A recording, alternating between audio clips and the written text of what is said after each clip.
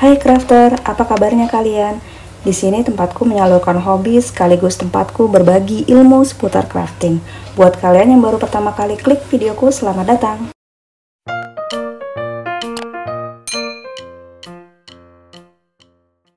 Sebelum kita mensolder, baiknya siapkan juga frame bekas atau kaca sebagai alas solder. Tujuannya supaya bahan yang terkena solder tidak merusak alas meja kerja kita.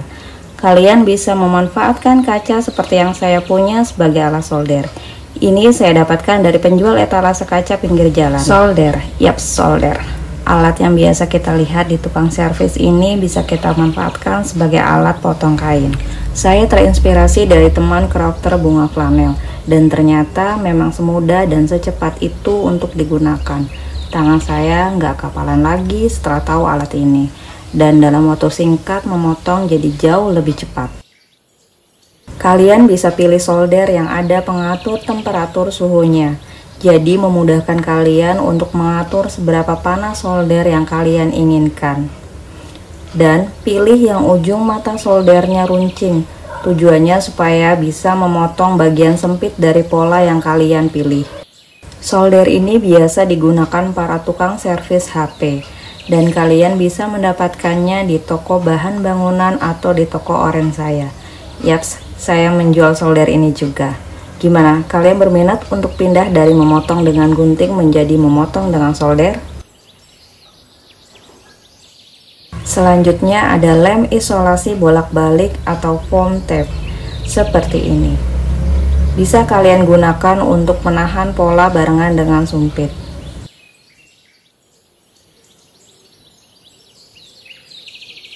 Ini seperti busa yang di kedua sisinya ada perekatnya.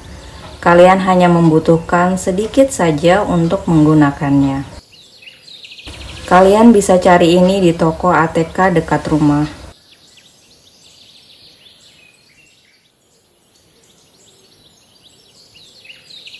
Sumpit biasa digunakan untuk makan mie, tapi ini saya manfaatkan sebagai penahan panasnya solder. Dan saya juga sering menggunakan sumpit ini untuk memasukkan dakron ke boneka atau kreasi yang memerlukan dakron.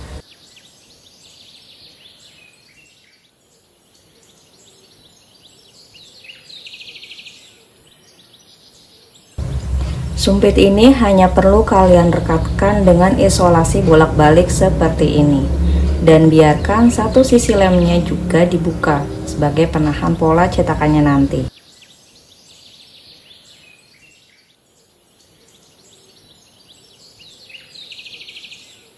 Pola cetakan. Pola cetakan yang biasa saya buat dari bahan talang galvalum tebal 0,25 mili atau plat aluminium. Jika kalian ingin membuat cetakan sendiri, bisa dengan kaleng bekas yang nantinya kalian cetak sesuai dengan gambar atau pola yang mau kalian buat. Kain flanel jenis polyester. Yaps, karena nggak semua kain bisa dipotong dengan solder. Contoh kain selain kain flanel polyester yang bisa dipotong solder ada kain tile, organdi, chiffon. 3 kain ini paling mudah dipotong solder, kegores dikit langsung putus. Untuk kain flanel hanya jenis polyester yang bisa digunakan solder. Ini perbandingan 2 jenis kain flanel yang dijual di Indonesia, jenis akrilik dan polyester. Berikut contoh penggunaan kain flanel jenis polyester yang dipotong dengan solder. Video tidak saya percepat, saya gunakan dengan kecepatan normal. Kalian bisa lihat sendiri detailnya.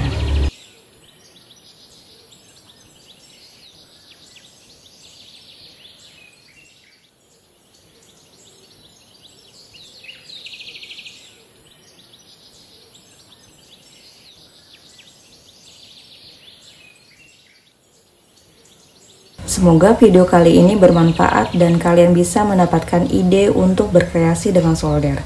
Terima kasih sudah nonton hingga akhir. Jangan lupa nonton videoku lainnya. Dadah!